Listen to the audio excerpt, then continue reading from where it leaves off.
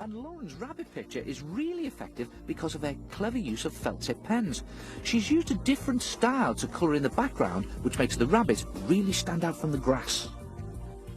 Yeah, that pen picture from Lauren is such fun and full of movement.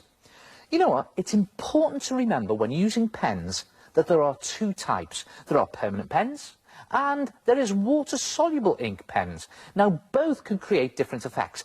Permanent pens are permanent. The trick is to use them to make hard, strong lines and for the outlines of bold drawings that you want to colour in. Now, this is because the colours next to each other, they won't run or smudge. In fact, they won't even run or smudge when you wet them. Look at that. There's the proof.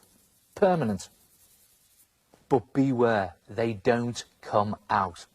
Now, the trick with water-soluble pens, on the other hand, is that they can be blended using water. Watch this. You can get these fantastic watery wash effects just by brushing on some water, because the colours do run. Look at that. And the good thing is you can wash them off if you need to. So if you get them on your hands or your clothes, you're all right. So, OK, where were we?